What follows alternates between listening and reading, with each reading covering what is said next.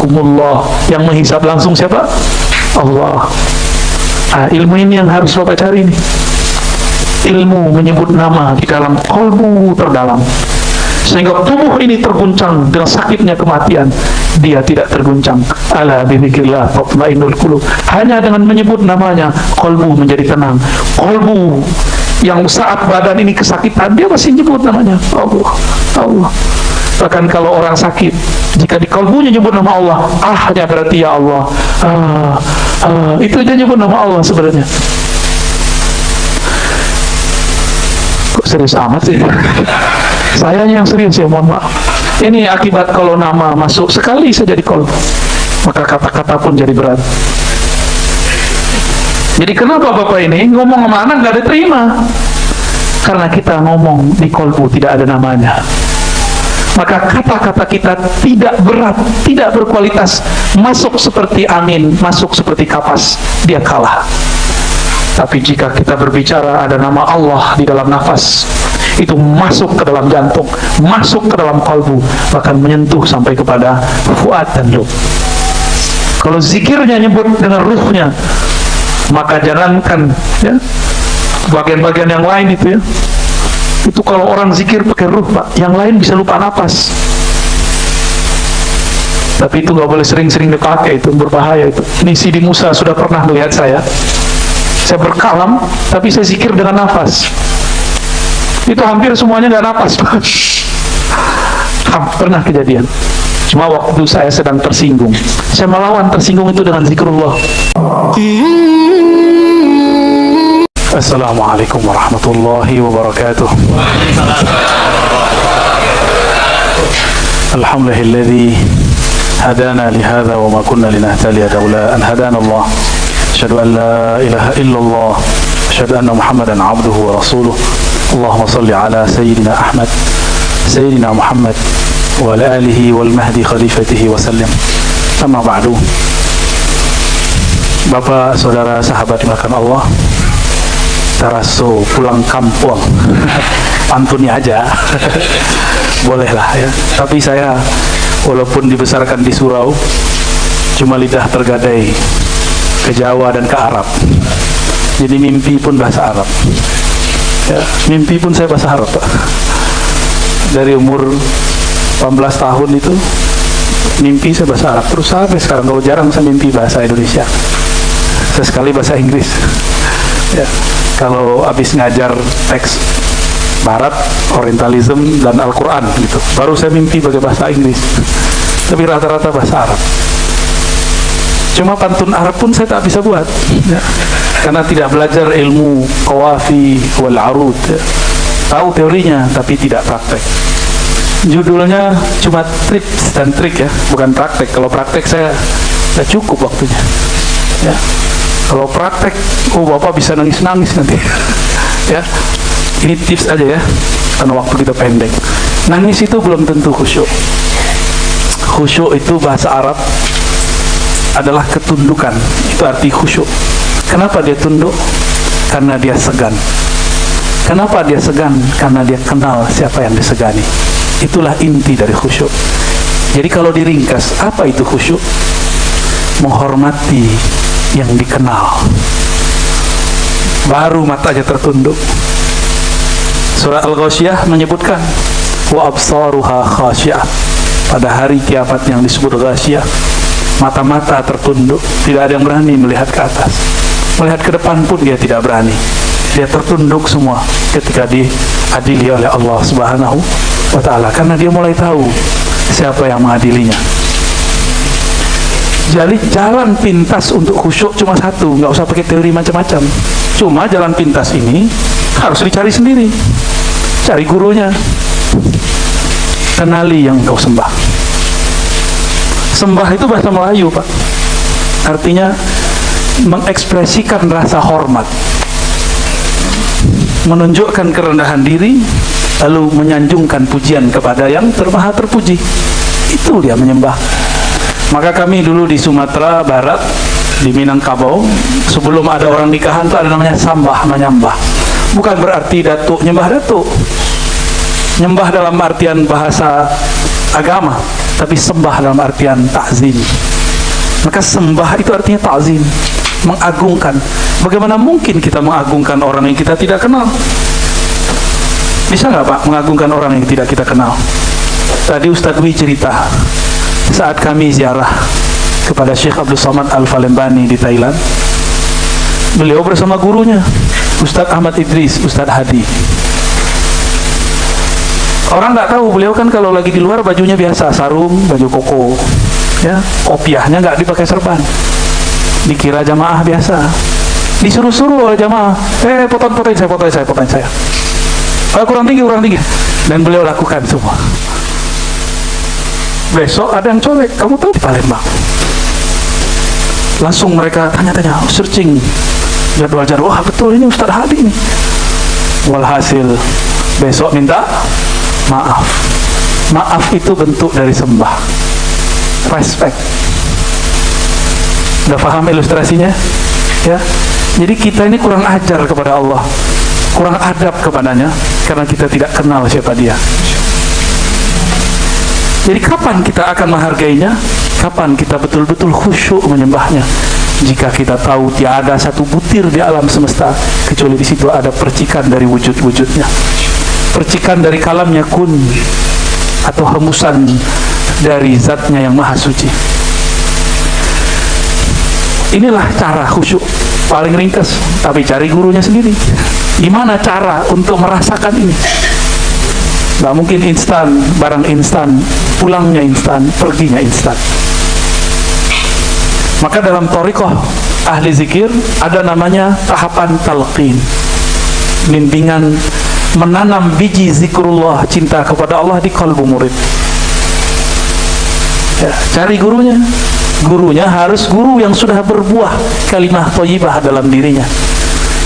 Allah menyebutkan dalam surat Ar-Ra'd tentang zikir kalbu. Di surat Ibrahim, kalimah thayyibah disebut dengan syajarah thayyibah. Kalimat zikir itu disebut dengan pohon. Pohon itu kalau tidak dirawat jadi nggak Pak? Kalaupun tumbuhnya tidak jelas buahnya. Tapi jika ada pohon ditanam, dirawat, dipupuk, buahnya bagus atau tidak? Bagus. Karena tidak pernah menanam, kita biarkan aja biji-biji bertebaran. Coba lihat biji jagung kalau bertebaran, dia tidak dibenamkan ke dalam tanah, dia tetap merasa tinggi. Saya biji jagung. Tumbuhlah dia, akarnya tidak menancap, buahnya pun nanti tidak bagus. Maka kalau ingin menancapkan nama Allah di kalbu, harus menyatakan kepada guru, wahai Tuan Guru, terima aku jadi muridmu. Itulah pembenaman diri. Itulah yang disebut dengan kontrak belajar. Itulah baiat sebenarnya. Tapi baiat hakiki hanya kepada Nabi, atau di akhir zaman kepada Imam Mahdi. Kepada guru, baiat itu berarti kontrak belajar, kita mengaku sebagai murid supaya dia menanam di kalbu kita. Ada caranya Pak menanam itu. Kalau bukan orang yang tidak pernah belajar menanam, hasil tanamannya gimana Pak? Nggak mungkin. Ada anak kejurusan pertanian tapi nggak pernah praktek, gimana? Jadi nggak? Lebih sukses orang-orang petani di kampung. Ada orang belajar ilmu kedokteran tapi tidak pernah koas. Dapat izin nggak dia? Nggak dapat izin. Hati-hati juga pentalkin palsu.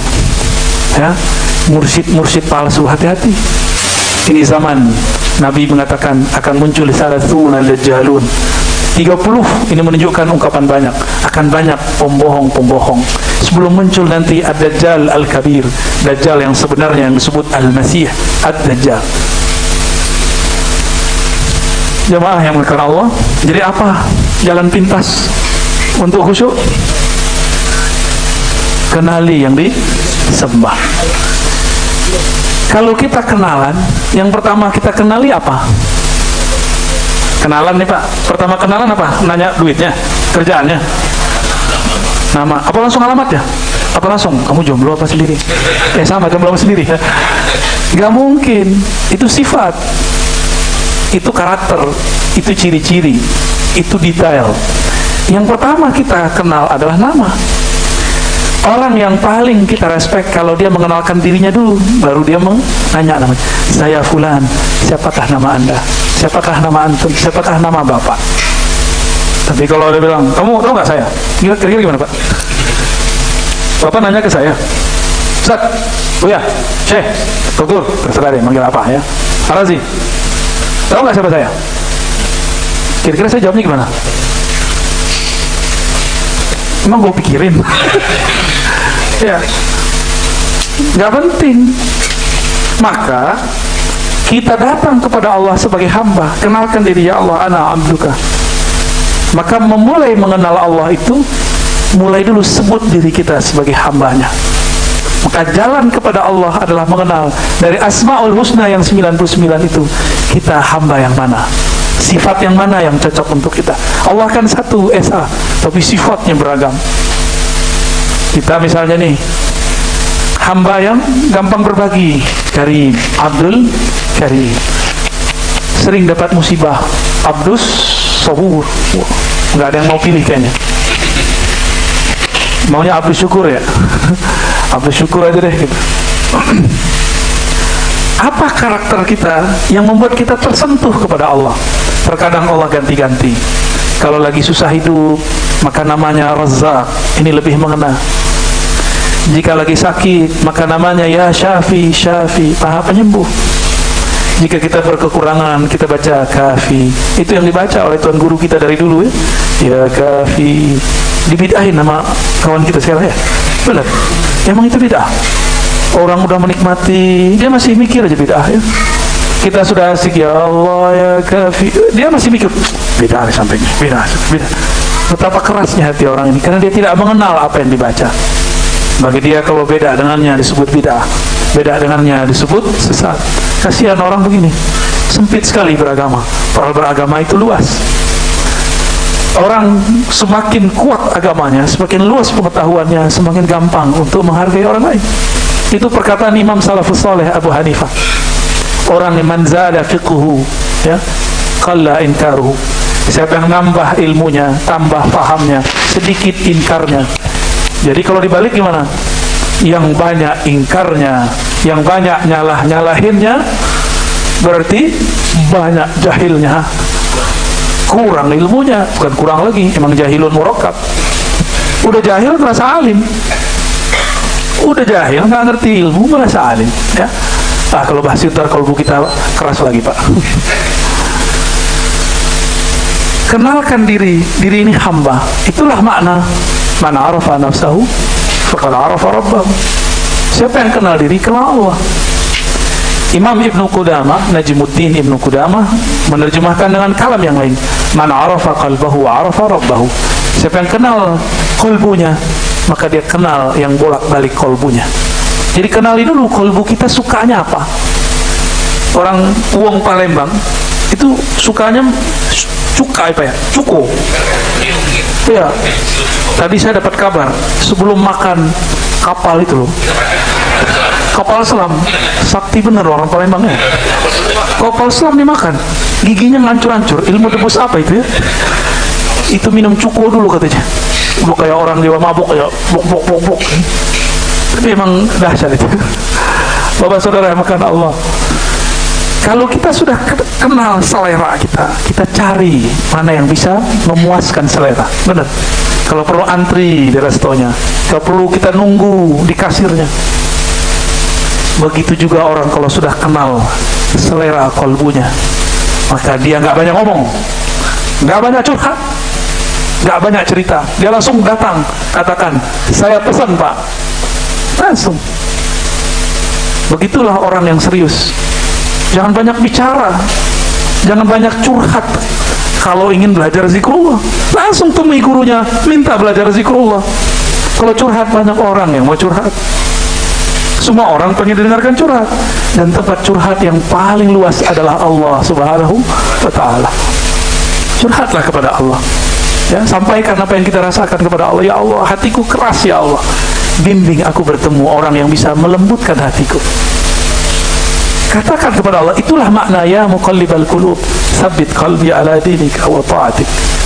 Ya Allah yang membolak-bolak hati, tetapkan hatiku dalam taat dalam agamamu dan bagus dalam menjalankan syariatmu. Itu kalau diterjemahkan, ya Allah bimbing aku bertemu orang yang bisa merawat kalbuku. Sekarang enak Pak, dulu kita belum ada YouTube. Sekarang Bapak tinggal pinter-pinter nonton YouTube. Jangan sebarang, itu torikot baru namanya torikot YouTubiah. Torikot YouTubiah itu syekhnya macam-macam, ada yang berijazah, ada yang tidak. Ya, harus benar-benar kenal ini orang sanad ilmunya kemana, ngajilah kepadanya, lewat itu boleh. Tapi untuk zikir jangan diamalkan kecuali gurunya kita bisa temui. Ya, untuk zikir harus guru yang bisa ditemui. Kenapa? Karena nanti gurunya bisa mengarahkan zikir itu dengan kolbu, bukan dengan akal. Kalau engkau zikir dengan akalmu, gila lah engkau. Kalau engkau zikir dengan kolbumu, waras, sebenar-benar waraslah engkau. Mereka lah yang disebut ulul albab.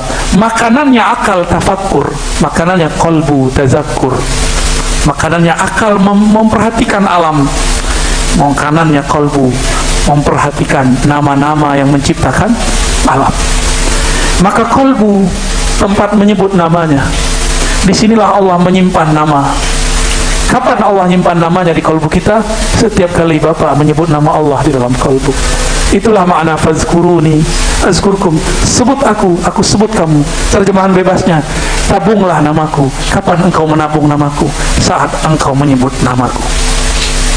Suatu kali di akhirat kelak, disebutkan dalam dua riwayat Al-Baihaqi dan Tirmizi, ada seseorang yang berdosa, dosanya banyak. Saya pernah sebutkan ini dalam beberapa halaqah. Tapi ini penting di zaman sekarang, karena orang mencari ilmu kemana-mana, tapi dia lupa inilah yang basic, inilah yang paling penting. Kita ini banyak dosa, benar tak ya? Saya lebih banyak dosanya dari Bapak, karena saya tahu saya melakukan, saya tahu saya melanggar. Itu dosa saya lebih banyak. Maka saya malu kalau tangan saya dicium sebenarnya. Saya malu, kenapa ya Rob? Aku tahu aibku di sisimu. Mau nangis Pak sebenarnya dalam hati, walaupun saya tersenyum di wajah, tapi di batin saya sebenarnya menjerit. Ya Allah yang tahu aibku Engkau. Betapa aku hina, aku dihormati orang, tapi di sisimu belum tentu aku dihormati. Kita ini banyak dosa. Lalu bagaimana caranya supaya dosa ini bisa dikalahkan? Ketika nanti ditimbang, timbangan dosa ini bisa kalah. Caranya cuma satu. Ambillah sesuatu yang bisa memberatkan kebaikan meskipun dia sedikit. Apa yang bisa memberatkan kebaikan? Kita undur azannya, nanti langsung qomat, langsung sholat. Sepakat? Ya, sholat isya itu yang afdal, yang diakhirkan. Cuma ini jarang diamalkan. Yang ngamalin cuma orang-orang suluk. Itu pun dibid'ahkan oleh kawan. Belum pulang dia dari Timur Tengah, dia bilang, "Oh bid'ah." Padahal dia tidak tahu bahwa itu ada di Sahih Bukhari, ada di Sahih Muslim. Sholat yang afdal isya itu ketika bunyi 9-10 itu paling afdal. Cuma syaratnya orangnya rame. Kira-kira kalau dipraktekkan di Palembang, di Musola Al-Ikhlas, jam 9 sholat, kira-kira gimana? Tapi saya punya informasi penting.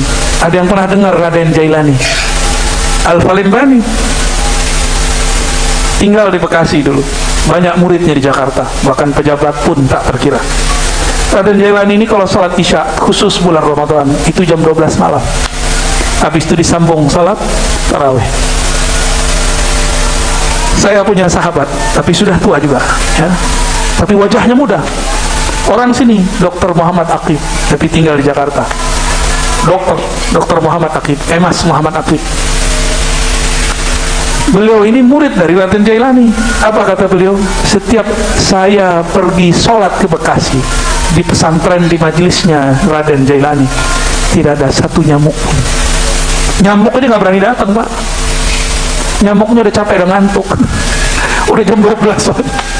Nyamuknya udah nggak sanggup lagi terbang, kedinginan dia. Ya. Di saat itu orang pada sholat. Satu kali Pak Dr. Aqib ini cerita kepada saya, kami sholat bulan Ramadan, saya lupa itu ganjil atau tidak, dia ngomong gitu. Ketika saya menoleh ke belakang, kayak gini Pak, noleh ke belakang, nggak ada temboknya, nggak ada temboknya. Dia melihat makhluk putih-putih sholat sejauh mata memandang. Dia bingung, itu tanggal berapa? Saya bilang, Pak Dokter, itu malam Lailatul Qadar. Itu malam Lailatul Qadar. Tanazzalul malaikatu warruh. Pada saat itu malaikat-malaikat turun dan bersamaan dengan ar-ruh. turun. Itu yang dia saksikan. Yang dia saksikan bukan dengan mata ini. Dia saat itu sedang asik di alam kolbiahnya. Kolbu itu tempat berzikir. Kolbu itu tempat pertarungan antara iblis dan malaikat. Jadi kolbu kita ini setiap detik itu berebut antara iblis dan malaikat, ingin memasukkan informasi. Setiap kali hamba zikrullah, hamba ikut majlis, maka di kolbunya ada tameng menghalangi bagian kiri iblis. Setiap kali dia zikrullah, maka terbukalah bagian untuk malaikat. Masuklah kabar-kabar malaikat, masuklah nur malaikat. Tapi jika dia lalai, apa yang terjadi? Terbukalah bagian untuk iblis. Masuklah dia ke dalam. Dia suntikkan racun-racun dari darahnya, dari keringatnya, dari pandangannya, dan semuanya. Itulah sebabnya kenapa kita gampang suuzon melalui mata, gampang menggunjingkan lewat telinga, karena di kolbu tidak ada bentengnya. Karena kita banyak dosa. Enggak dosa di mata, dosa di telinga. Enggak di telinga, dosa di lidah. Enggak di lidah, dosa di tangan, di kaki, di kemaluan, di perut. Di semuanya kita punya dosa. Maka kita enggak usah merasa sok suci. Kita datang saja kepada Allah. Tidak usah curhatkan juga masa lalu kita kepada orang. Nanti kita ketahuan aibnya di depan orang. Curhatkan kepada Allah. Itulah yang disebut taubat. At-taubatu an-nadamu taubah. Orang pengaku menyesal di hadapan Allah. Itulah taubat sebenarnya. Karena dosa kita banyak, sholat tidak khusyuk. Ya, udah berapa tahun Bapak belajar sholat? Nggak khusyuk juga. Udah berapa tahun ngaji rukun 13? Nggak ada efeknya. Udah ngaji ilmu di utara, selatan, timur, barat, nggak khusyuk. Tapi dia saat lupa pengen khusyuk, Allah kasih getaran-getarannya. Pernah ngalami bergetar sholat? Di saat kita lupa kita pengen khusyuk. Berarti Allah memang menahan khusyuk itu. Suka-suka dia kasih. Kapan orang dikasih khusyuk? Di saat dia tidak bernafsu untuk khusyuk. Nah, coba itu dibawa pas setiap mau sholat. Jangan nafsu mau khusyuk. Pasti bisa khusyuk setiap sholat. Kenapa kita mau bertemu Allah? Allah nggak usah ditemui juga, karena dia selalu bersama hambanya. Wa huwa ma'akum aina ma kuntum. Maka kita harus memasukkan kalimah yang berat di kolbu. Apa kalimah yang berat di kolbu? Yang dulu Nabi Musa pernah berkalam-kalam kepada Allah, ya Rabb, hadis Tabrani. Kalau tadi Baihaqi, yang Baihaqi belum saya selesaikan riwayatnya. Khususkanlah aku dengan zikir-zikir untuk mengingatmu ya Rabb. Lalu Allah SWT mengatakan, ya Musa, qul la ilaha illallah. Bacalah la ilaha illallah.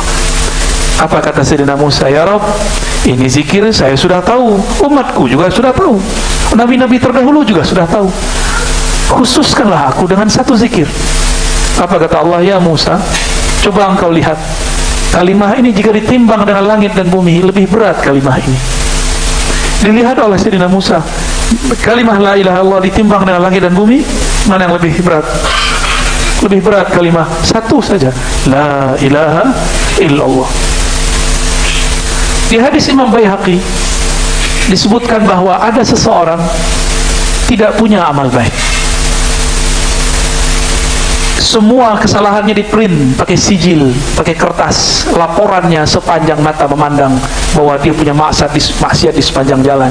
Dia punya kesalahan di sepanjang waktu. Dia punya keburukan di setiap tempat. Di mana jadi berada, dia buat maksiat. Tapi sesaat sebelum dia mau wafat, dia bertemu ahli zikir, mengajarkan dia satu zikir. Tapi malaikat tidak tahu zikir ini. Kenapa? Zikirnya tidak di lisan. Zikirnya di mana? Zikirnya di kolbu. Maka malaikat azab langsung tarik, ini bagianku, dia ahli neraka. Ketika malaikat baru memegang, tiba-tiba Allah berkalam, wahai para malaikatku, tunggulah. Apakah kalian sudah menimbang isi kolbunya? Bukalah dadanya, siapa tahu di kolbunya ada sesuatu kebaikan. Inilah pembedahan dada yang dulu hanya terjadi pada baginda Nabi, sekarang terjadi di alam mahsyar.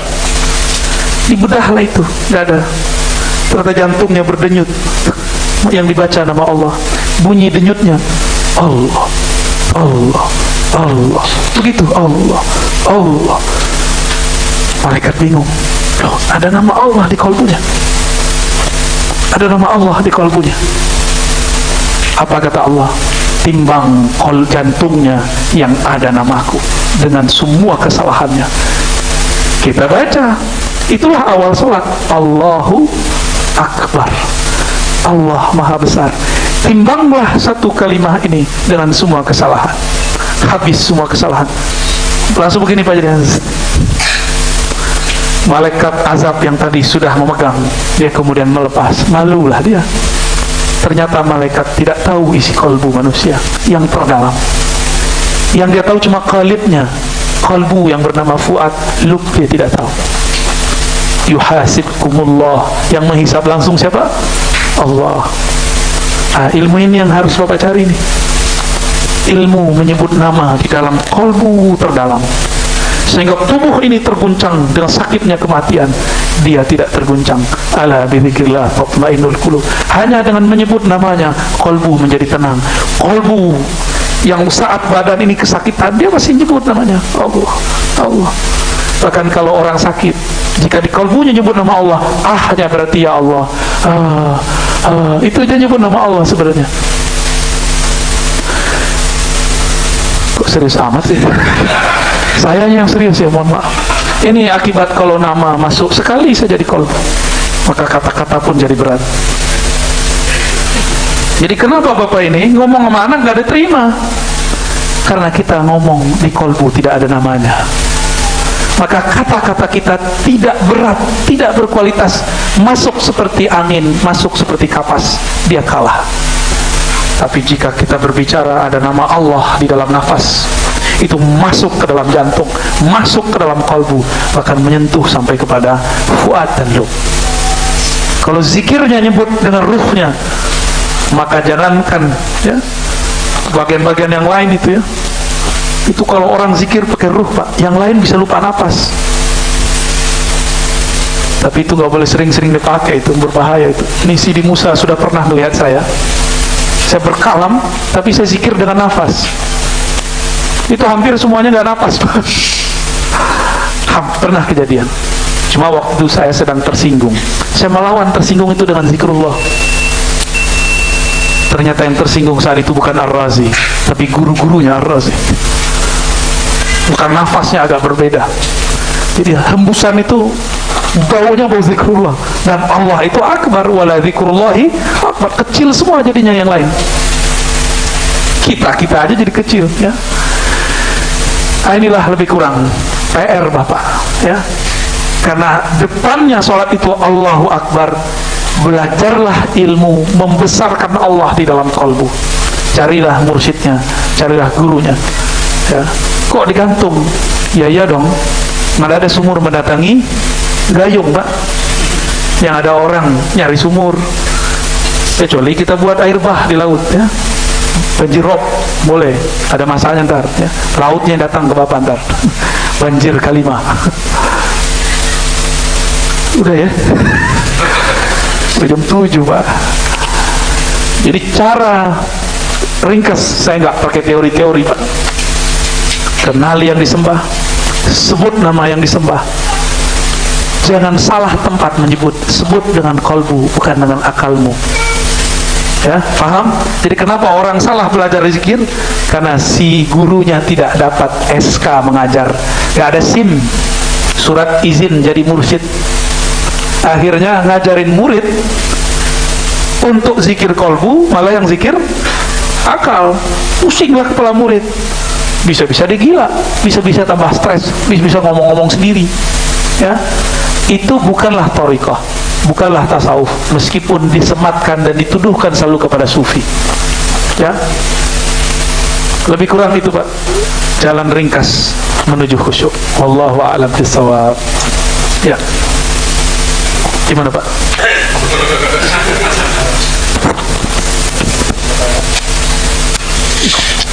Bapak Ibu yang kami hormati, demikian tadi yang sudah disampaikan Buya kita, Tuan Guru kita Syekh Dr. Ar-Razi Hasim Bapak, yang sesungguhnya Pak Ustadz, kalau kajian-kajian yang pernah kami dengarkan oleh Pak Ustadz ini merupakan kajian-kajian yang sangat mendalam. Kata-katanya belum pernah kita dengar kadang-kadang dengan Ustadz-Ustadz yang lainnya. Insya Allah semoga apa yang disampaikan oleh Pak Ustadz kita akan membekas di hati kita dan akan membawa kita untuk mencari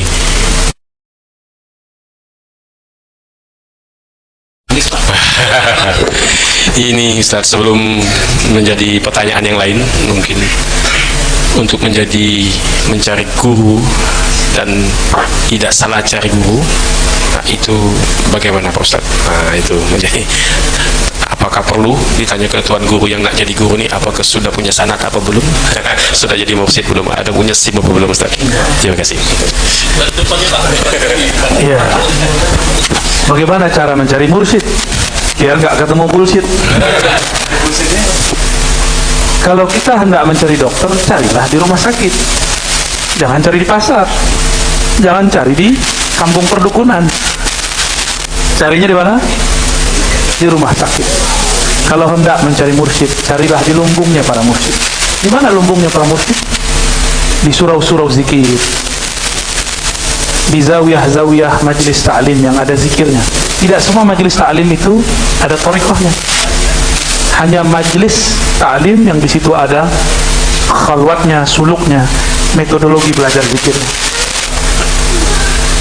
Fanzur amman ta'khuzuna dinakum, begitu perintah dari Imam Ibn Sirin. Perhatikan dari mana kamu mengambil ilmu zikirmu, ilmu agamamu.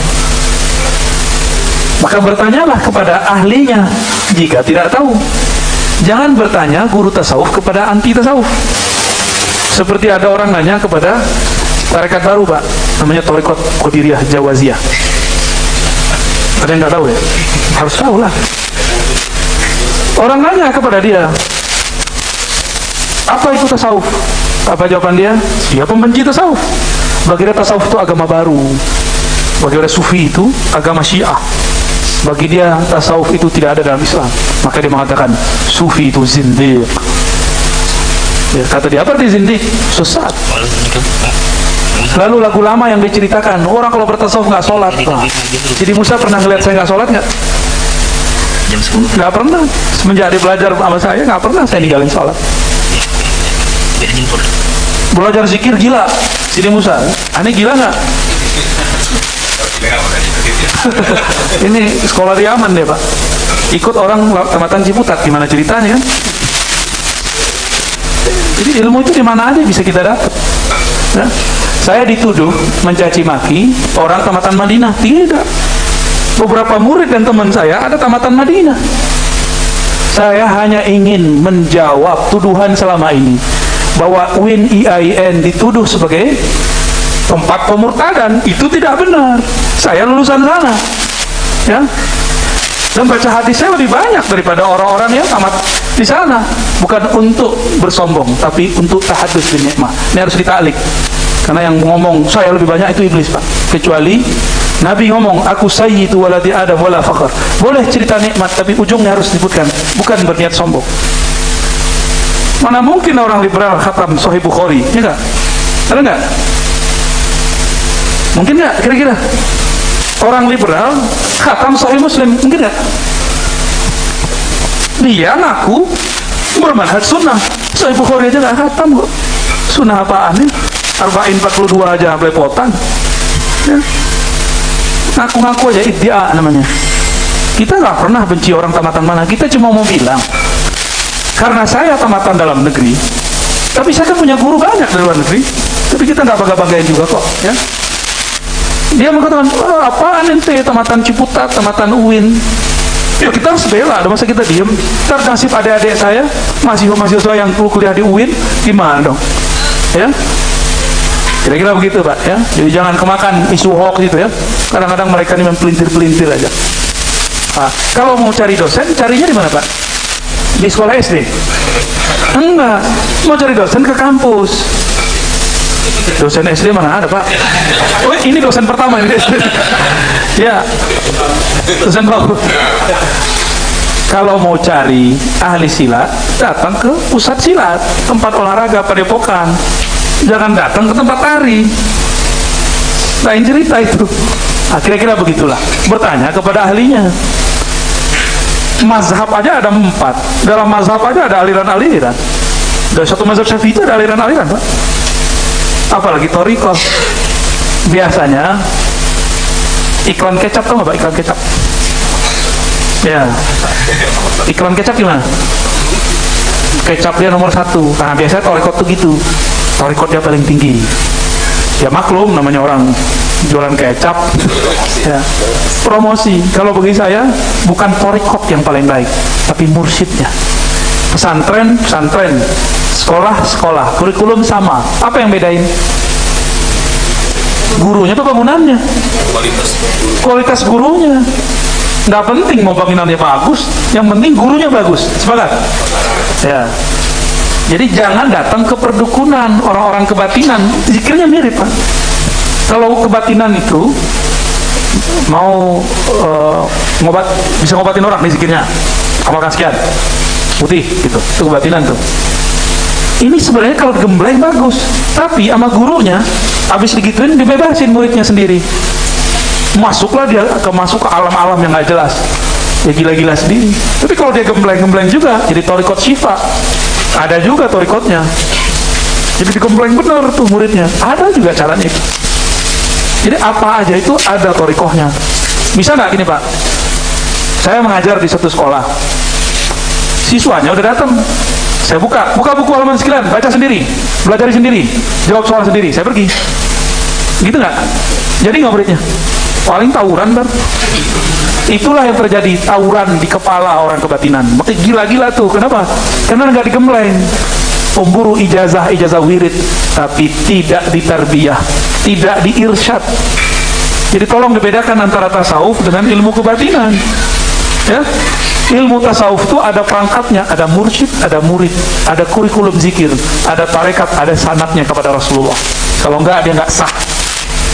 Kalau ada sekolah tuh diakreditasi, ini nggak dapat ya Pak. Kira-kira begitu ya. Nah inilah yang memperburuk tarekat sufi. Orang-orang yang tidak bersanad, orang-orang yang pemburu ijazah, tapi kemudian tidak bertanggung jawab terhadap muridnya, ajar-ajarin tapi tidak dibimbing. Ya, terjawab Pak? Sudah. Ada lagi? Lanjut. Ya. Baik Bapak Ibu sekalian, sebelum nanti saya beri kesempatan untuk Ustaz pamit Ustaz beberapa penanya jemaah sekalian. Ini Ustaz ada request pertanyaan dari jemaah. Ini agak dalam Ustaz. Bagaimana mempersiapkan bekal terbaik untuk pulang? Nah ini Ustaz. Pulang? Iya, nggak tahu pulang kemana Ustaz. Ada yang rantau nggak di sini? Banyak. Di mana rantau ininya, kampungnya? Lah di kampung saya juga. Ada niat pulang nggak? Pulang habis maksudnya, bukan pulang singgah. Kalau kita mau niat pulang habis, apa yang kita persiapkan Mbak? Rumah dulu, ya nggak? Terus apa lagi? Rumah itu butuh apa? Tanah. Untuk beli tanah perlu biaya. Maka kita, karena kita pengen pulang habis, kita nyari duit, duit. Kita nyari fulus Pak. Akhirnya berangkat pagi, pulang sore, bahkan malam pun kita lembur. Karena cita-cita itu. Benar ya? Terus ngapain lagi? Duit udah punya, tanah udah dibeli, rumah udah dibangun di sono. Tiket nggak dibeli-beli, matilah di rantauan. Ya,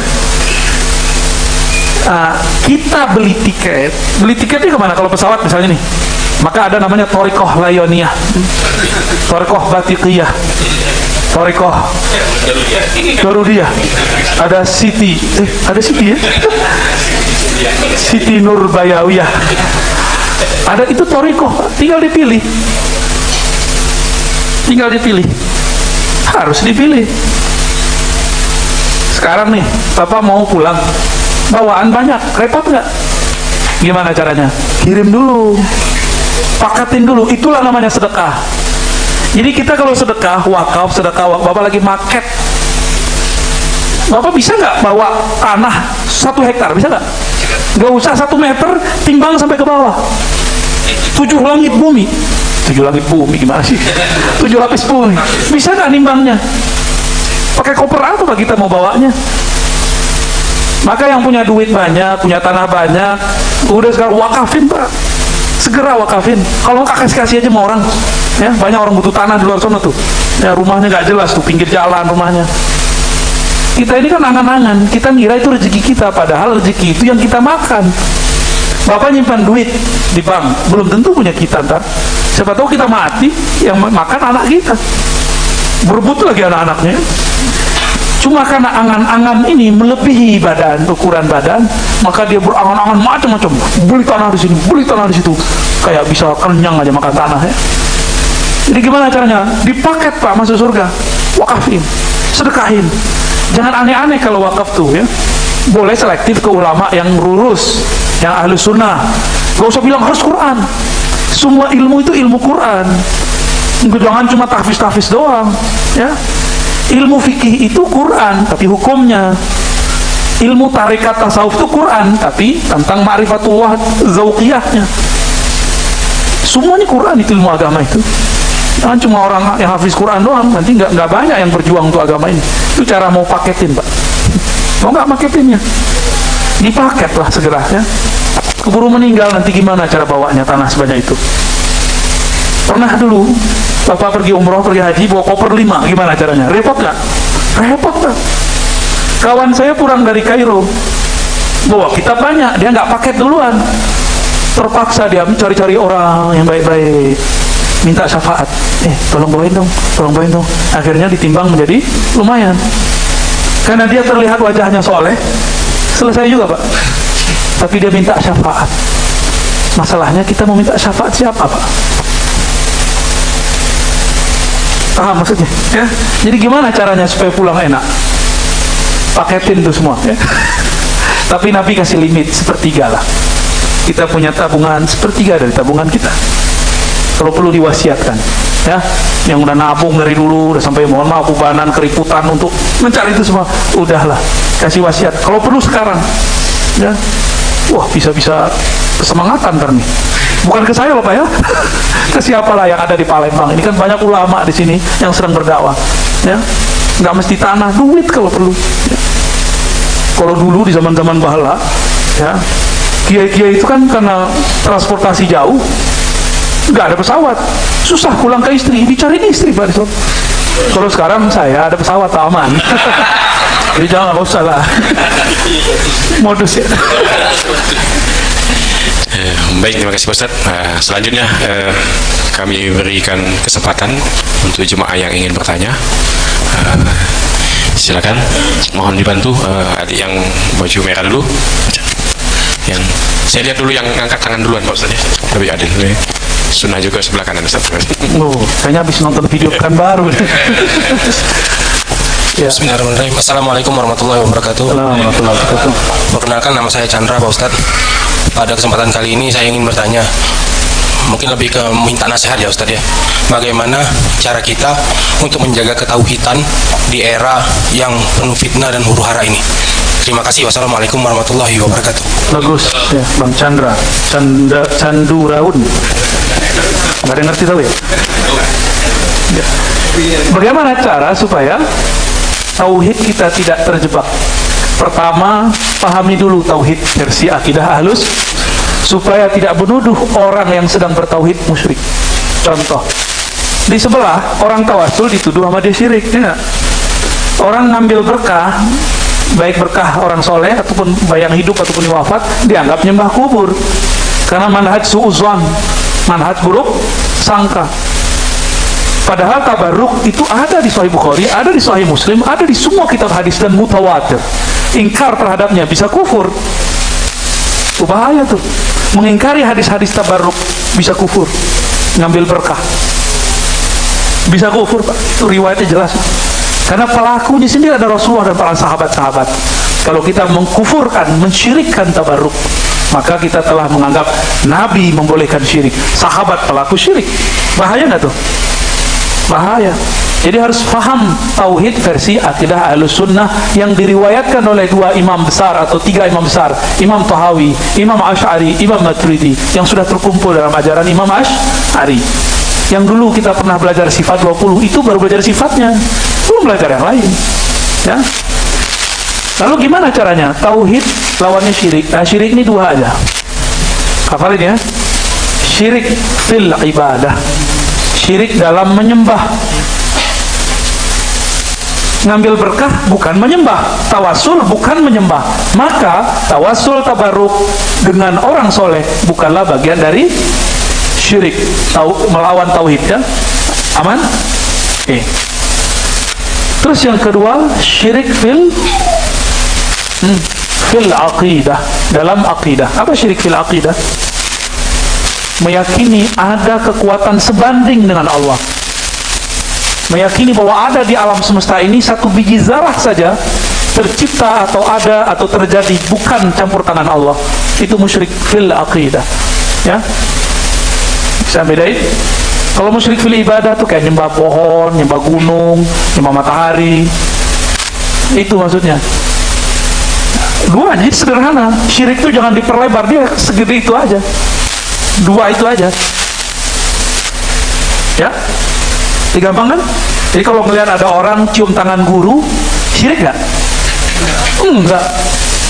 Hatta orang-orang Yahudi masuk Islam cium kaki Nabi. Kira-kira gimana? Syirik nggak?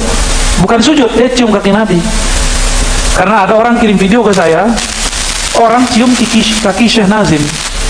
Itu salah satu ulama ahli tasawuf di Turki. Apa kata mereka? Ini bukti sufi penyembah Syekh. Su'uzzan. Seperti dulu iblis su'uzzan kepada para malaikat yang sujud kepada Adam, ya. Jadi ilmu itu memang su'uzzan. Jadi dalaman mereka kayaknya iblis, ya. Terus su'uzzan terus sama orang. Nauzubillah min dzalik, ya. Nah, nanti ke depan Bapak, jangan kira kajian ini bisa meredam mereka, enggak. Ke depan akan tambah parah, ya. Ke depan hujatan-hujatan terhadap Ahlussunnah akan lebih terbuka. Saya tidak masalah dihujat dalam masalah itu, tapi kadang-kadang mereka kurang ajar menghujat kepada ulama-ulama kita terdahulu. Mereka sudah mulai ngomong loh Pak, NU Muhammadiyah itu sesat. Mereka sudah mulai ngomong tasawuf itu agama sendiri. Itu sama dengan memurtadkan kita, benar nggak? Dan orang Palembang nggak boleh diam, ya. Harus kembali menghidupkan kajian-kajian yang dulu dihidupkan oleh murid-murid Syekh Abdul Somad Al-Falembani. Hidupkan lagi itu. Dulu para sufi itu ahli hadis, para sufi itu mengajar kitab-kitab sunnah, mengajar kitab-kitab tauhid. Semoga nanti kembali lagi. Saya lihat harapan itu banyak. Kenapa? Karena banyak pesantren-pesantren di sini, murid-murid dari Sadah, para habaib, para masyayikh. Semoga kebangkitan itu muncul kembali. Amin ya rabbal alamin. Sampai jam berapa? Masih ada. Yang penting kata Pak Dwi apa gitu. Ya. Wong Palembang tidak boleh diam. Kita serang pakai roket sama kapal selam. Baik Bapak Ibu sekalian, selanjutnya kita akan kembali sampaikan kepada jemaah yang ingin bertanya, kami persilakan. Bapak ini yang pakai kacamata, tolong silakan. Bismillahirrahmanirrahim. Assalamualaikum warahmatullahi wabarakatuh. Kalau ini apa, belajar ada gurunya, terus berhitung, bernyanyi ada gurunya, dan dikasih tahu gurunya baik dan metode masing-masing. Saya ingin tahu ya tentang cara berzikir sehingga tidak hanya kata-kata, yaitu seperti hadis berkata senikmat-nikmatnya zikir adalah la ilaha illallah. Nah, saya ingin tahu bagaimana cara zikir yang diajarkan oleh Rasulullah, terus ke Ali bin Abi Thalib, terus Hasan al-Basri, sampai terusnya ke Junaid Baghdadi. Saya ingin tahu triknya, Ustaz. Itu yang kita sarankan, cari gurunya. Bisa nggak seminar musik, kita belajar musik di situ. Ini sama kayak seminar zikir, bukan belajar zikir. Ini hanya memberikan peta-peta, ini cara belajarnya. Ini memotivasi, membuat kita sadar secara ilmu, sadar secara akli, sadar secara ruhi, bahwa ilmu ini harus dicari. Training kan begitu Pak, benar nggak? Kalau saya buka di sini, saya melanggar kode etik, ya? Nanti saya dipecat di langit, nanti. Emang ada nama kita di langit ya? Pak ada Pak, masa nggak ada? Orang-orang yang nyebut nama Allah di bumi disebut namanya di langit. Tapi ada caranya. Nah, carilah orang-orang ahli zikir ini. Jadi kalau Adinda ini misalnya ada seminar kedokteran, bisa nggak konsultasi kedokteran di situ langsung? Kan nggak bisa, paling cuma motivasi, penjelasan umum. Maka saya pembatas diri saya juga, ya, nggak boleh melanggar adab juga. Jadi guru itu juga ada adabnya, ya, lebih kurang begitu. Baik Pak Ustaz, terima kasih. Selanjutnya ini Ustaz Doni bertanya. Assalamualaikum warahmatullahi wabarakatuh. Nama saya Ramadoni Ustaz. Yang ingin saya tanyakan, di Palembang ini kan sering adanya ratib saman, ratib al-hadad. Apakah itu dikategorikan dengan thariqah? Kan banyak kan thariqah Naqsabandiyah, thariqah Qadariyah. Nah, apakah itu yang dikatakan dengan zikir? Kemudian pertanyaan yang kedua, yang lebih afdol itu zikir dengan sir atau dengan jahar? Mohon penjelasan Buya. Itu saja. Yang ketiga, borongan ini. Ini yang sedang viral. Borongan, Buya. Borongan. Yang sedang viral ini di media sosial, hari Rabu Wakasan. Ini safar ya? Ini bulan safar. Ya. Itu kan malam ini? Malam udah lewat. Oke. Udah lewat. Hari ini kan Rabu terakhir di bulan Safar. Nah, ini banyak tersebar di dunia, di grup-grup WhatsApp tentang Rabu Wakasan itu. Apakah itu ada? Apakah itu bisa dijadikan hujah? Apakah itu juga bisa dikategorikan fadhilul amal dalam kehidupan kita sehari-hari? Pertanyaan yang keempat. Nah, cukup dulu Pak. Oh, saya. Ya. Yang pertama aja saya lupa. Ya, yang pertama tadi tentang ratib saman. Sebenarnya cara bacanya ratib as-saman. As-saman ya. Saman itu pembuat apa namanya? Saman. Samin. Kayak keju gitu ya. Ratib saman ini adalah salah satu formulasi daripada zikir jahar yang diwariskan oleh Sayyid Muhammad ibn Abdul Karim As-Samman Al-Madani, ulama Madinah ya. Beliau salah satu zuriat Rasulullah SAW. Namun sayangnya sekarang ratib saman hanya sekedar ratib, tidak ada lagi teknik berzikir yang diajarkan beliau. Lain lagi di Sumatera Barat, diajarkan teknik zikirnya, ratib samannya sudah hilang. Kalau di sini diajarkan ratib samannya, teknik zikirnya hilang. Yang masih agak nyambung seingat saya itu di Banjar. Di Banjar itu masih ada ratib samannya, masih ada zikirnya ya. Saya nggak tahu kalau sekarang. Dulu waktu Abah Gurus kumpul itu masih jalan dua-duanya. Semoga masih jalan juga ya. Dulu yang mengembangkan itu kan salah satunya adalah Abah Zain Syukri ya. Saya yakin beliau punya murid yang diajarkan zikir kolbu, yang pernah ditalkin oleh beliau. Nah, nanti dia kalau dapat ijazah dia bisa ngajarin. Kalau tidak ya sudah, ilmu ini tidak habis, tenang aja. Nanti kalau nggak boleh ngajarin, lewat ulama yang lain ya.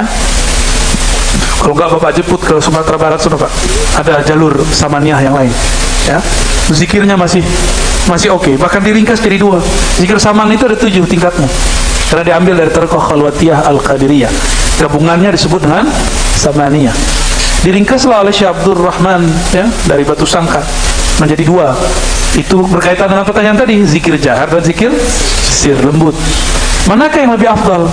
Tidak ada yang lebih afdal atau lebih buruk, dua-duanya bagus. Tergantung kondisi kolbu, tergantung di mana kita berzikir. Jika kita berzikir di tengah keramaian, orang tempat itu tidak biasa zikir keras, yang afdal adalah sir. Jika kita berzikir di tempat orang yang sudah biasa zikir keras, maka zikir jahar pun dianjurkan. 1 itu. 2, apabila kolbu ini tidak tersentuh oleh zikir lembut, maka hentakkan zikirnya, keluarkan suaranya. Jika sudah lembut kolbunya, baru lembutkan juga zikirnya. Jadi zikir itu teknik-tekniknya begitu ya. Namun boleh nggak kita mengatakan saya lebih suka sir Ustaz? Oh, berarti kolbunya sudah mulai lembut ya, sok lembut ya. Orang lembut itu kolbu kalau ditanam nama Allah langsung dia nangis. Kalau enggak berarti baru sok lembut. Minimal air matanya berkaca-kaca tuh disebut nama Allah. Pasti ada getaran di kolbunya, membuat dia terharu biru. Karena jika disebut nama kekasih, pasti orang kemudian terharu. Kekasihnya, sang maha kekasih adalah Allah Subhanahu wa ta'ala. Tapi biasanya begitu pertama aja Pak, yang kedua lain lagi rasanya. Sama kayak orang jatuh cinta, awal-awal kan berdenyut itu, bergetar itu dada. Tapi kalau tiap hari, 3 hari mati sakit jantung Pak. Jadi getaran itu jangan diminta sering-sering, sesekali aja. Karena dulu di zaman Hasan al-Basri ada para tabi'in, zikir bergetar terus, zikir kalbunya, nggak lama mati dia. Kejadian, ya. Ketika turun dibacakan ayat surat Al-Hadid, alam ya'ni lil ladzina amanu an takhsha'a qulubuhum li dzikrillah, ada pada orang mati langsung. Pingsan mati. Karena keseringan baca ayat, kalbunya bergetar. Makanya ada zikir kalbu bergetar ala iza zukirallah wajilat qulubum. Zukira itu awal orang belajar zikir, jika dizikirkan gitu. Berarti ada gurunya yang mengajarkan dia zikir. Itu kata kunci itu dalam bahasa Arab. Surah Al-Anfal ayat 2. Yang hanya orang-orang ahlinya saja yang mengerti kalimat zukira itu. Jika disebut-sebut namanya, berarti ada yang membimbing untuk menyebut. Kolbunya yang tadi nggak jelas arahnya langsung bergetar. Wajilat qulubuhum, bergetarlah kolbunya. Tapi itu awalnya itu cinta. Lama-lama ala bidzikrillah tatmainnul qulub. Ketahuilah hanya dengan menyebut nama Allah kalbu jadi tenang. Tadi bergetar, lama-lama jadi tenang. Hidup pun lebih terasa nyaman. Maka beruntunglah orang yang dapat guru, dapat mursyid yang membimbing dirinya, menggetarkan kolbunya. Itu mirip kayak dokter. Ada orang jantungnya udah gak gerak pak, disetrum gak tuh? Apa namanya tuh? Setrum ya? Kejut. Wah, antum dokter ya? Dikejut. Maka talqin itu gunanya mengejutkan kolbu. Memang begitu bahasa Indonesianya. Jadi talqin itu untuk menghunjam. Wah, biar kolbunya itu yang tadinya dia nggak ingat kepada Allah dan dia keras, sekarang itu kalau bahasa kampung saya dioyak-oyak pak, digerak-gerakin lagi, disetrum oleh ahlinya. Nggak boleh kalau bukan dokter yang nyetrum orang yang sakit jantung. Begitu juga nggak boleh selain mursyid yang menggetarkan kolbu. Nanti otaknya yang geger jadinya. Dia mau getarin jantung, yang dia tempel di mana? Di otak murid. Geger otak dia jadinya. Kira-kira gitu ya. Terjawab. Alhamdulillah. Masih nafsu nanya. Ya. Cukup ya. Oh iya, Rebo Kasat ya. Memang ada satu riwayat yang menyebutkan bahwa penyakit-penyakit itu ya pada bulan Safar gitu aja. Tapi riwayatnya tidak sampai sahih ya. Baru kemarin saya ketemu riwayat itu. Lalu orang-orang ahli falak mencoba untuk menghitung sejarah masa bulan Safar. Betulkah ada wabah turun di bulan Safar? Sebagian ahli falak menemukan betul adanya. Lalu sebagian mereka itu ada yang ulama, mereka buatlah doa tolak bala, bernamalah sholat Rebo Kasan gitu ya. Nah ini nih, jika yang dimaksud sholat hajat tolak bala boleh dikerjain. Tapi kalau yang maksud Rebo Kasan sholat baru yang tidak pernah diajarkan Nabi, itu nggak boleh dikerjain. Jadi niatnya dibenerin, niatnya apa? Sholat hajat tolak bala itu boleh. Kapan aja boleh, nggak mesti nunggu Rebo Kasan. Kira-kira begitu ya. Kita masih jalan lagi nih Pak ya. Bapak Ibu sekalian, Safar Kasan itu merupakan pertanyaan yang terakhir Ustaz untuk pertemuan kita pada kesempatan malam hari ini. Perlu kami informasikan bahwa di Musola Al-Ikhlas ini setiap malam minggu ada Ratib Haddad Ustaz. Ratibul Haddad ini Ustaz. Bagi jemaah yang ingin ikut, kami persilakan untuk setiap malam minggu ke Musola Al-Ikhlas. Terima kasih. Baik Bapak Ibu sekalian, untuk mengambil barokah kajian kita pada malam ini, kepada Buya Dr. Aqazi Hasim MA, mohon kiranya bisa mengkholifahi untuk berdoa kepada Ustaz. Baik Bapak Ibu yang berkenan Allah, mari kita tutup kajian ini dengan baca surat yang paling dicintai Allah, surat Al-Fatihah. Ala hazilni wa likulli niyatin salihah. Al-Fatihah.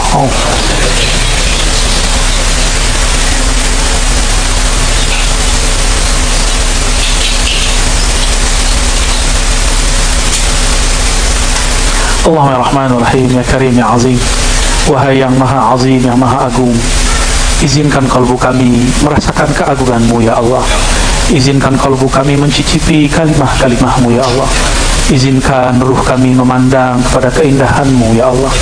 Izinkan diri kami ini mendapatkan syafaat bantuan dari Nabi-Mu ya Allah. Izinkan kami mencium tangannya di surga-Mu ya Allah. Izinkan kami ya Allah membantu orang-orang yang juga tergadaikan nasibnya di dunia dan di akhirat ini, ya Allah. Berkat syafaat Nabi-Mu, ya Allah. Allahumma salli ala sayyidina Muhammad. Ya Allah, sampaikan salam rindu kami, salam cinta kami kepada baginda Nabi Muhammad sallallahu alaihi wasallam.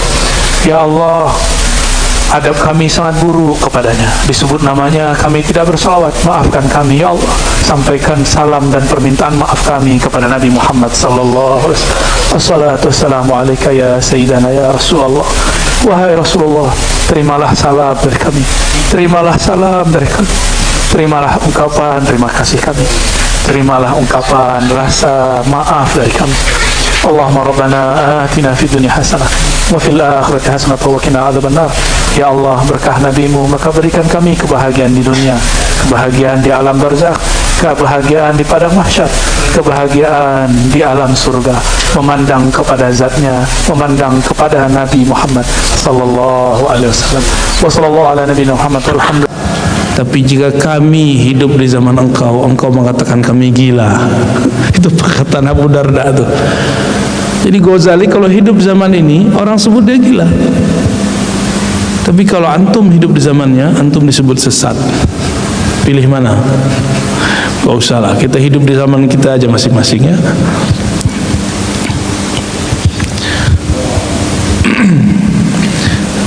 Syekh Abdul Samad Al-Falembani pun punya beberapa kitab, urusannya sudah muntahi. Judul kitabnya Zadul Muttaqin.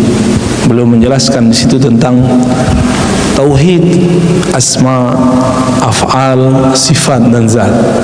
Kitab kecil, tapi yang tidak faham akan suuzon juga dengan beliau. Ya.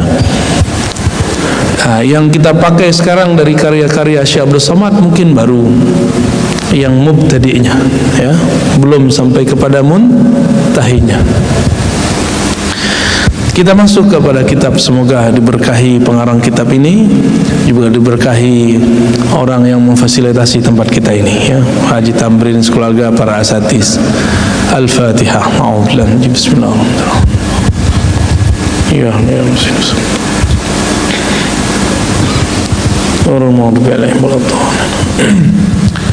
وبسندنا المتصل الإمام أبي حامد الغزالي قدس الله سره قال الحمد لله حق حمده والصلاة والسلام على محمد رسوله وعبده وعلى آله وأصحابه من بعده أما بعد فاعلم أيها الحريص على اقتباس العلم المطهر من نفسه صدق الرغبة فيه وفرط التعطش إليه إنك إن كنت تقصد بطلب العلم المنافسة والمباهة وتقدم على الأقران واستمالة وجوه الناس إليك وجمع حطام الدنيا فأنت السائل في هدم دينك وإهلاك نفسك وبيع آخرتك بدنياك.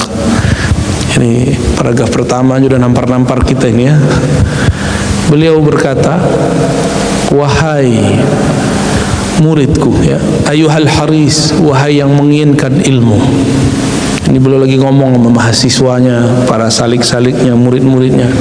Wahai para pemburu ilmu, pemburu sanad, pemburu zikir, jika engkau belajar ilmu ini tapi al-munafasah, tapi di dalamnya ada persaingan-persaingan, mubahah, berbangga-bangga. Ada loh orang bangga dapat ijazah, ada orang bangga dengan gelarnya, ya, LC, SAG. Kalau SAG apa Ustaz? Sarjana Alam Gaib. Kalau saya LC lulusan Ciputat, ya. Kalau Ustaz Hadi apa? L apa? Hah? Yang penting jangan ALM. Al-mubahah, bangga-bangga. Kalau saya belajar itu niatnya mau ngata-ngatain orang, itu namanya munafasah mubahah wa taqaddum 'alal aqran, pengen melebihi kawan. Ini jujur, saya dulu belajar hadis niatnya seperti ini. Ya, saya 2000 berapa tuh ya, belajar hadis niatnya masih begitu, ingin mengalahkan kelompok sebelah. bukan hanya sebelah semuanya. Jadi kita nggak terima, ente kuliah di sono, saya nggak mau kuliah di sana, saya mau kuliah di sini, tapi ingin nunjukkan saya kuliah di sini juga pinter kok gitu. Dulu begitu niat saya belajar. Ada baiknya, akhirnya kita banyak hafal kitab-kitab hadis-hadis. Ada buruknya, kerjanya debat aja 4 tahun. Jadi 4 tahun itu saya kerjanya debat. Coba tanya teman-teman saya dulu yang sama-sama nyantri dan kuliah sama kita. Dia itu nggak percaya kalau sekarang saya ngaji tasawuf. Ar-Razi ngaji tasawuf. Itu nggak salah itu orang katanya. Dia kira saya ini salah jalannya. Yang saya tahu Ar-Razi itu belagu, kalau debat itu menghancurkan karakter orang. Jadi kalau sekarang ada orang debat saya atau ngata-ngatain saya sosial media dengan menghancurkan karakter keilmuan kita, ya saya senyum-senyum aja. Itu kerjaan gua bertahun-tahun. Biasa aja ya. Suatu kali ada anak filsafat. Saya ini kuliah di filsafat juga, tapi lebih lama di kajian hadis. Anak filsafat ini, walaupun dia anak filsafat, tapi bacaan filsafatnya juga masih diragukan. Apa kata dia?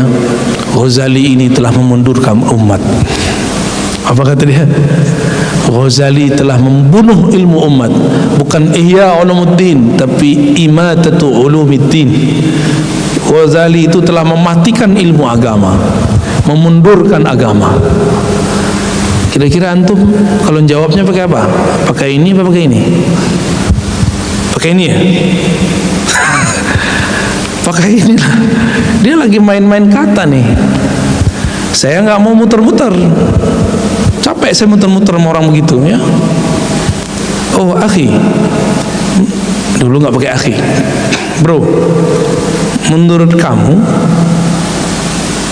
Ghazali seperti itu ya? Ya. Sudah baca kitab Ghazali? Sudah. Ente baca terjemahan atau kitab aslinya? Tuh, itu pembunuhan karakter nggak tuh? Membunuh karakter itu di depan orang, saya bikin dia malu. Ente baca kitab Ghazali yang mana? Kalau dia bilang saya baca kitab ini, saya tantang bawa kitabnya langsung aja kita ke perpus yuk, semua sama-sama. Nggak berani dia. Maaf, saya baca terjemahan. Itu pun nggak selesai. Yang dia baca pengantar orang. Karena memang ada satu dosen di UIN tamatan Mesir. Apa kata dia? Ghazali itu membunuh ilmu agama. Tapi bukan tamatan Azhar dia, tamatan sampingnya Azhar. Tahu ya? Antum tahulah maksudnya ya. Saya yakin Azhar nggak mungkin ngomong begini, karena Al Azhar itu manhajnya manhaj Imam Ghazali. Merinding saya ngomong begitu ya. Walaupun saya juga ada beberapa hal saya tidak sepakat dengan Imam Ghazali, tapi saya nggak berani ngomong begitu. Karena saya bisa faham kitab-kitab itu karena berkah ilmunya Imam Ghazali juga. Ya, kabur juga tuh orang. Beberapa tahun saya nggak ketemu dia. Ternyata nama saya dijelek-jelekin di luar. Apa kata dia? Ar-Razi itu pintar tapi ganas. Kalau itu kan sama aja jelek-jelekin kita ya. Kalau debat nggak membiarkan kita napas katanya. Kalau debat membunuh orang, mempintas langsung. Karena kalau dia bilang saya baca kitab Ghazali dan itu membunuh ilmu agama, kita tinggal tanya bagian mana ya. Dan saya mau tantang itu orang yang bilang Ghazali itu mengumpulkan hadis palsu. Ayo kita bawa sini, ente tunjukin mana kitabnya ya, mana hadisnya. Kalaupun ia ketemu, ayo kita hitung berapa hadis palsu di situ dan berapa hadis sahih. Tak berani mereka ya. Cuma qil wa qal, cuma kata orang. Ghazali itu lagi ingin menyembuhkan ente menolak penyembuhannya. Ghazali itu ingin ngajarin orang kalau membaca kitab orang, mendengar seorang imam, jangan sok pinter.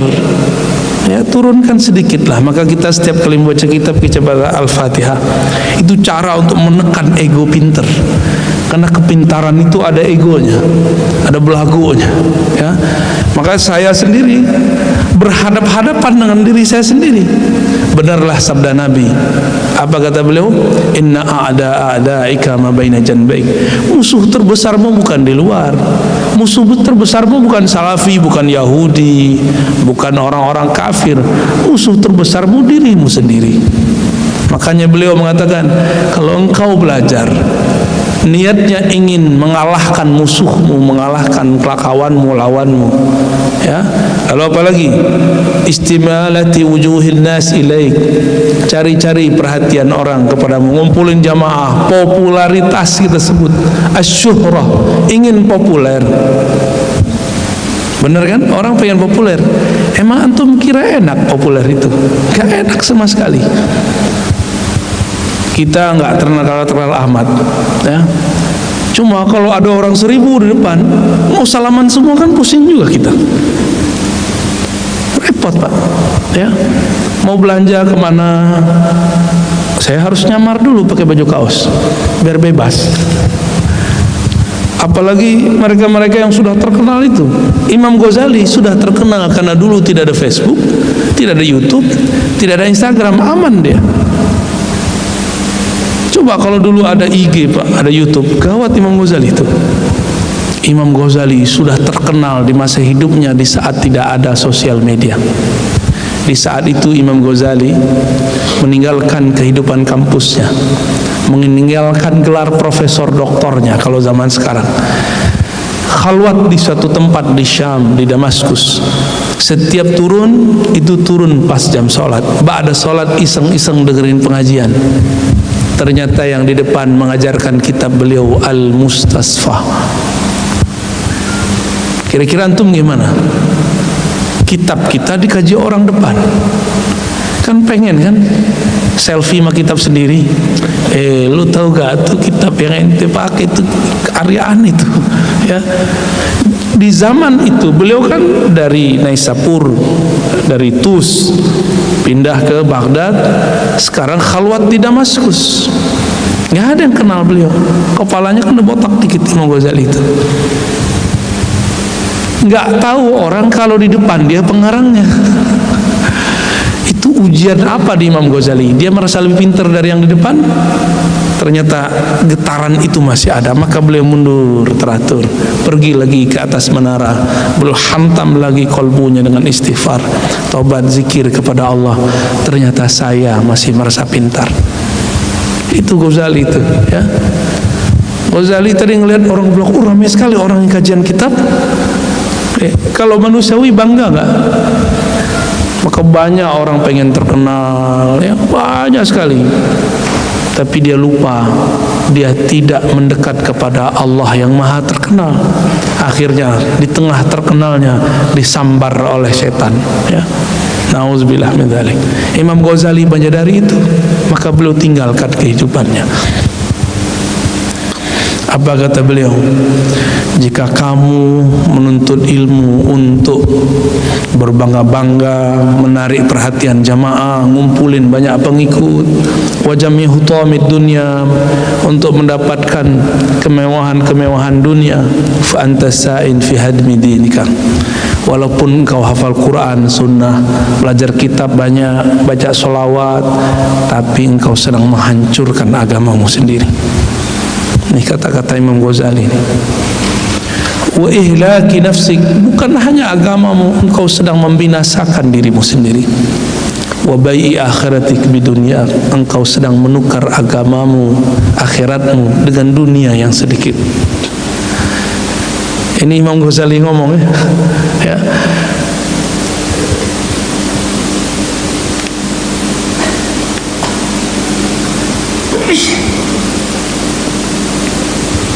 Kita loncat satu paragrafnya. Wa in kanat niyyatuka wa qasduka fima bainaka wa baina Allah min Allah ta'ala min ta'allum al-ilmi al-hidayah duna mujarrad riwayah fa abshir. Tapi wahai kawan, jika engkau niatnya belajar ilmu untuk apa? Antara Allah dan engkau niatnya tulus. Apa itu? Ta'allumul ilmi, niatnya al-hidayah, duna mujarrad riwayah, ingin membimbing diri sendiri dan membimbing umat, bukan hanya sekedar riwayat ngambil berkat. Apa kata beliau? Fa'abshir, hendaklah engkau berbahagia. Jadi beliau kasih kabar kita juga, ente harus bahagia. Ya, fa'abshir fa innal malaikata tabsutu laka ajnihataha idza masyita. Kabar gembiranya apa? Jika engkau belajar ilmu, niatnya ingin dapat hidayah, bukan hanya sekadar riwayah hafalan, bukan hanya untuk debat, bukan untuk sekadar mengumpulkan orang. Maka para asatis di sini, banyak para asatis, jangan pernah semangat berkurang jika orang sedikit datang, dan jangan pernah girang juga ketika orang banyak datang. Kita tidak boleh sedih, kita boleh muhasabah, kenapa orang tidak datang. Kita tidak boleh girang, tapi kita boleh bahagia, bersyukur kepada Allah, ya Rabb, orang sudah mulai gandrung kepada ilmu, bukan gandrung kepada kita. Ya, kalau orang gandrung kepada kita, ada yang salah dalam taklim kita. Maka kita tidak boleh mengajak orang fokus kepada kita, tapi fokus kepada Allah yang menurunkan ilmu ini. Ini kepada para dai, kan dai ilallah, bukan dai ila nafsihi. Benar ya? Dai kepada Allah, mengajak kepada Allah, bukan mengajak untuk kepada dirinya. Maka di saat kita ada, tiba-tiba muncul pendatang baru di dunia dakwah, kita sedih atau tidak? Kita merasa terancam atau merasa terbantu? Kalau dai ilallah ada pendatang baru, dia senang, ini pendatang baru meringankan bebanku. Jamaah kita separuh pindah ke sana, alhamdulillah, berarti tugas kita sudah banyak berkurang. Ini Ghazali bercerita, beliau dulu nggak begitu. Dulu kalau ada orang alim baru datang, itu dicecar depan jamaahnya supaya jamaahnya bubar. Ini Ghazali kerjaannya begitu dulu ya. Kalau dulu dimalu-maluin depan orang, dan tidak ada orang debat dengan Ghazali lalu selamat ya. Rata-rata mati karakternya, nggak berani lagi tampil depan orang, malunya semalu-malunya. Ini Imam Ghazali ini sadis kalau debat ya. Beliau sadar itu, dan beliau ini lagi ngomong sama dirinya sendiri sebenarnya. Jadi Imam Ghazali itu lagi ngomong sama dirinya sendiri, ente kalau ngajar umat niatnya ingin menarik perhatian umat, faqad ahlakta nafsak, ahdamta dinak, wa bayya'ta akhirataka bidunya. Kamu telah menghancurkan duniamu, dirimu, akhiratmu. Tapi kalau niatnya karena ingin mengajak umat kepada Allah, fa'abshir. Karena apa? Karena fa'innal malaikata tabsutu ajnihataha, karena malaikat melebarkan sayapnya. Ini Bapak Saudara makan Allah, kita kan nggak lihat ke atasnya. Kalau antum diberikan kasyaf oleh Allah, itu lihat sayapnya malaikat lagi kembang. Untung nggak dikasih lihat, kalau dikasih lihat mungkin separuh-separuh gila kali. Jadi kita nggak melihat itu nikmat. Coba kalau kita ngelihat malaikat bolak-balik ke majelis, ketakutan kali orang ya.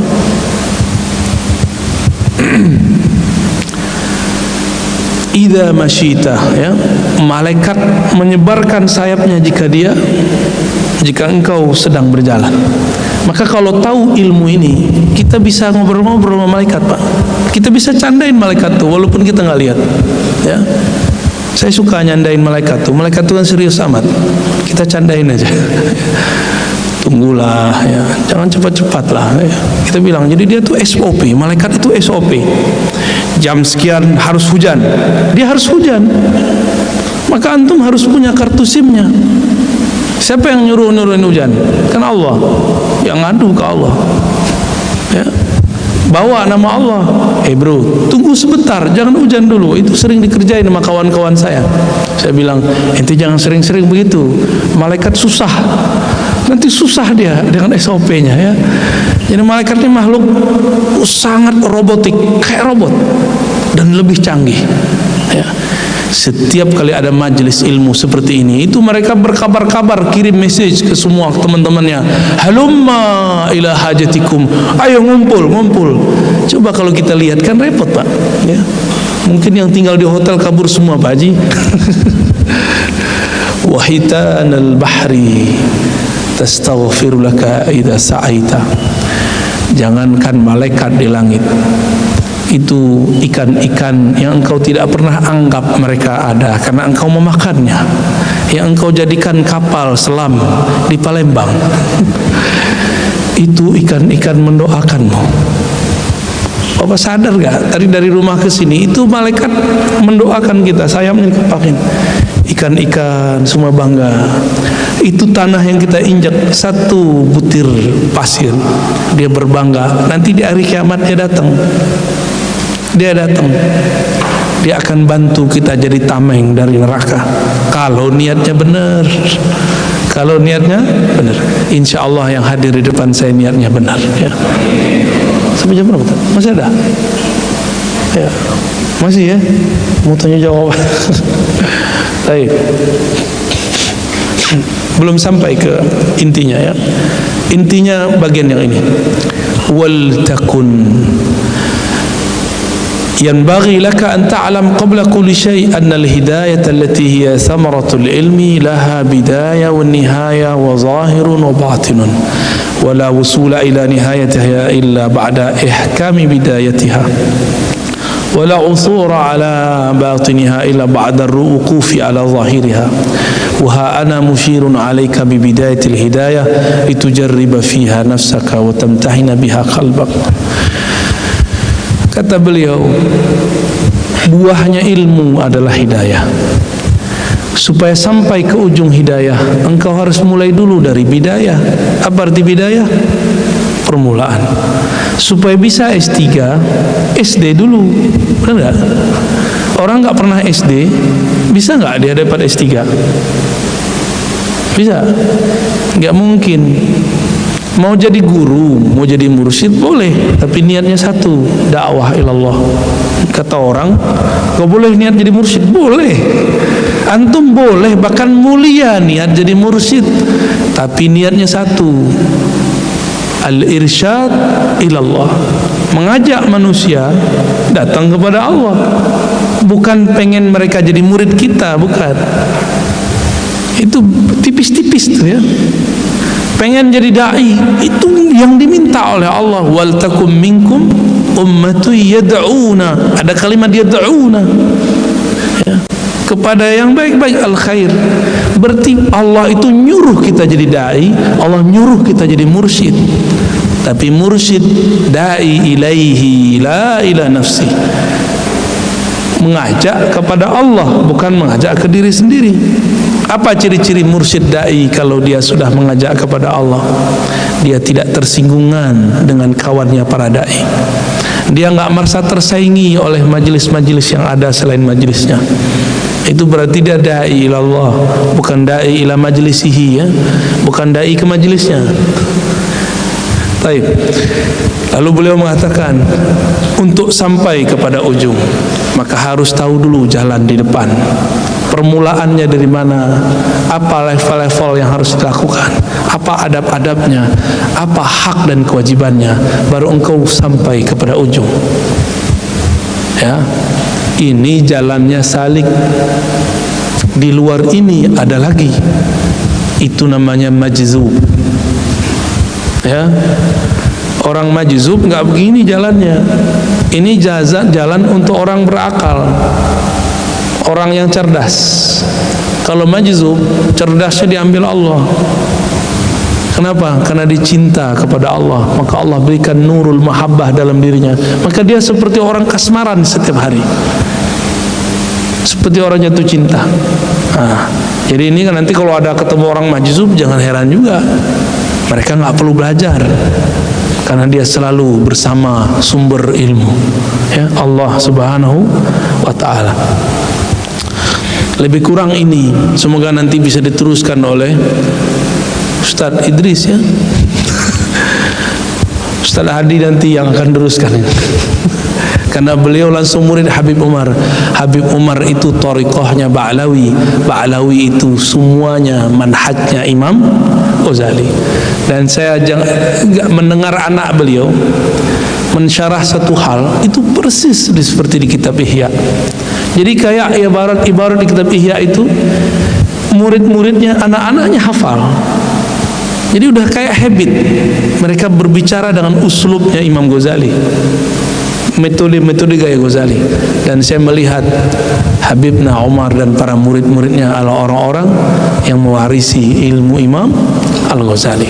Di samping kiai-kiai kita di negeri ini, para masyaikh-masyaikh kita, mursyid-mursyid kita, mereka semuanya mewarisi ilmu Imam Al-Ghazali. Barangkali itu pembukanya, ya. Ini iftitah dari bidayah. Nanti ngajinya sama beliau di samping saya, ya. Kita Pak Haji, ya. Kita mau ngapain Pak Ustaz? Tanya jawab. Tafadhal, kalau ada yang mau ditanyakan, ya silakan. Tafadhal.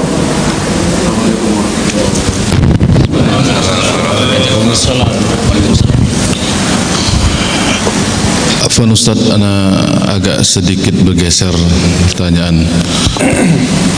Di saudara kita yang di sebelah itu, kebetulan ana sekarang lagi persis posisinya pada waktu Ustadz dulu bergempur habis-habisan. Cuma mungkin memang kalau Ustadz memang gempur-gempur hadap-hadapan. Kalau saya ini digempur dari belakang, Ustaz. Mereka itu selalu patokan dari beberapa dalil-dalil, termasuk yang mereka sering pakai. Cuma yang riwayat dari Imam Bukhari itu mereka jarang sekali mereka hadirkan. Yang mereka sering pakai itu yang taraktu fikum amrayn idza tamassaktum bihima lan tadillu abada itu. Jadi mereka tidak pakai inna tariku fikum as-saqalain in akhadhtum lan tadillu itu. Nah, di sini ana ingin bertanya, kalau dari sisi rawi sanad, cuma mungkin nanti Ustaz kayaknya kalau yang lebih unggul Ustaz, ana lebih dominan kepada utsrati as-saqalain itu Ustaz.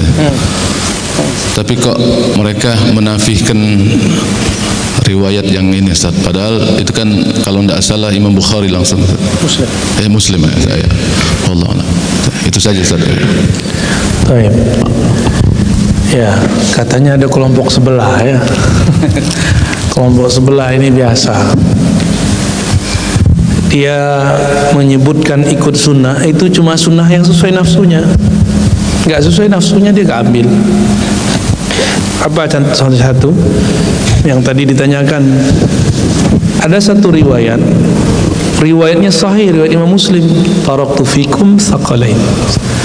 Aku tinggalkan bagimu dua beban yang berat. Jika engkau berpegang dengannya, engkau tidak akan sesat selamanya. Apa yang pertama? Kitab Allah. Apa yang kedua?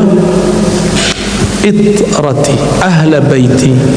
Ahla baiti. Kalau di Sahih Muslim itu ahlu baitku. Lalu Nabi mengulang 3 kali, uhadzirukumullah fi ahli baiti. 3 kali. Hati-hati terhadap ahlu baitku.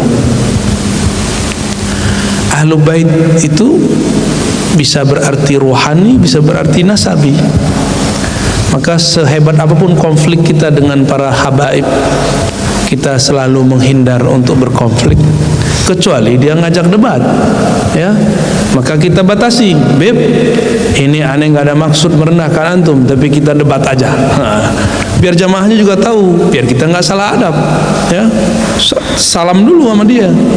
Kalau nanti ada kalam yang pedas, tolong jangan dibawa untuk dianggap menghina kehabiban antum, ya. Nggak ada. Adab kita kepada para habaib, kita meyakini nasab mereka sahih, bahwa mereka keturunan Rasulullah SAW. Tapi kalau ada di antara mereka yang salah, wajar, mereka kan bashar, manusia biasa. Kalau Habib Sayyid ini nggak ngaji, ya nggak dapat warasatul habaib dia. Dia cuma dapat gelar lakopnya. Sama seperti manusia biasa. Cuma kalau dia ngaji, ngikutin jidnya Rasulullah, Allah bukakan jalan lebar-lebar. Kita baru 3, dia sudah 7. Kita baru 5, dia sudah 50. Begitu kalau zuriat Nabi itu mau membuka dirinya, futuhnya cepat, ya.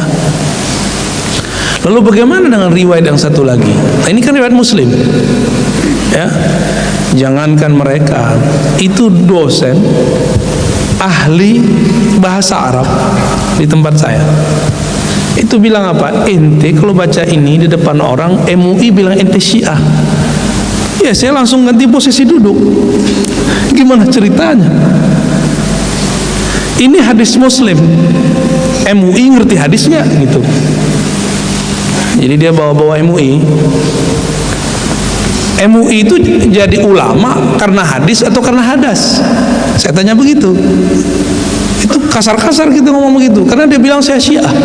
Syiah ini kan kelompok suuzon kepada sahabat Nabi, ya, suuzon kepada istri Nabi Sayyidah Aisyah. Kita nggak ridho kita disebut Syiah. Paham ya? Bahwa di hadis ini jelas bahwa yang diwasiatkan di situ adalah Ahlul Bait. Bagaimana dengan riwayat Tirmizi? Ada lafaz itrah.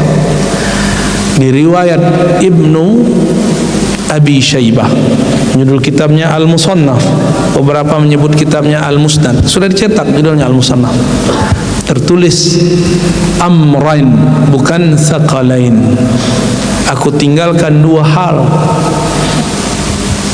dua perkara, satu kitab, satu sunnah.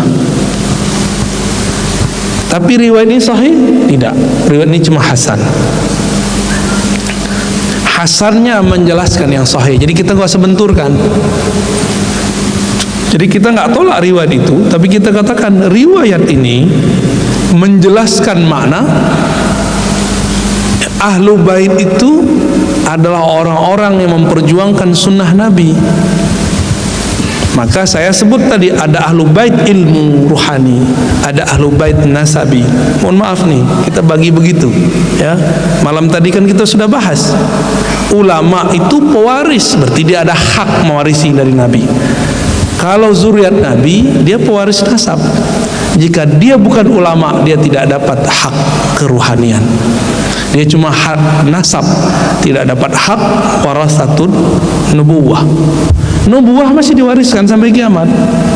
Bukan nabinya, ilmu kenabiannya. Ya, la nabiyya min ba'di, enggak ada lagi nabi setelah aku.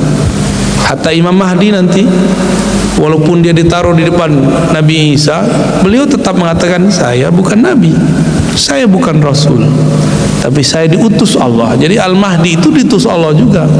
Gak usah Al-Mahdi, mujtahid setiap zaman dia ba'asullah, ya kan? Allah utus. Jadi para ulama-ulama mujtahid itu adalah utusan Allah. Tapi karena tidak ada lagi nabi setelah Nabi Muhammad, mereka disebut wali ataupun mujtahid. Ya, fadhal. Khalas? Baik. Alhamdulillah. Mohon maaf nih Bapak Ibu. Mohon maaf, saya dapat pesan bahwa Ustaz sudah ditunggu. Jadi pertanyaan cukup satu saja, Ustaz. Alhamdulillah. Jadi ditunggu Habib ya. Nah, kita cukupkan sampai di sini dulu. Mohon maaf, pasti banyak yang bertanya ini. Ya. Ya, kita lagi praktek hadis. Ya. Kita lagi tunggu Habib, nggak mau mengecewakan hati Habib. Ya. Kalau hati kecewa, beliau bisa sedih juga sama kita. Ya. Untuk menutup doa, Ustaz, kami persilakan pada Ustaz Hadi. Baik, saya tutup dulu ya. Assalamualaikum warahmatullahi wabarakatuh.